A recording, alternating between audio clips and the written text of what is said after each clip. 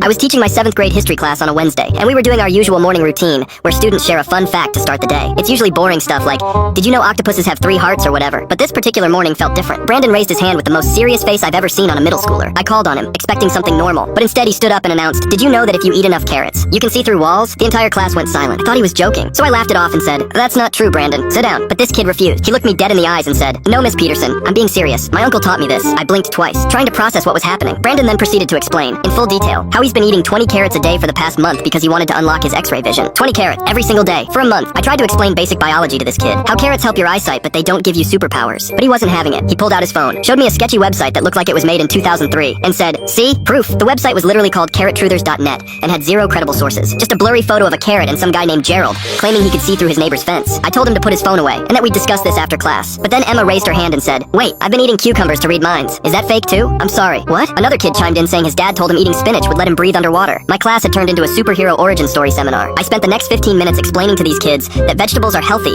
but they're not going to give them mutant abilities. Half of them looked devastated. Brandon looked betrayed, like I just told him Santa wasn't real. After class, I called his parents to let them know what happened. His mom laughed and said, oh yeah, my brother tells him stuff like that all the time as a joke. A joke? This kid has been eating 20 carrots a day because of a joke. When I told her that, she just said, well, at least he's eating his vegetables, and hung up. I'm never doing fun facts again, and Brandon's still squinting at walls during lunch.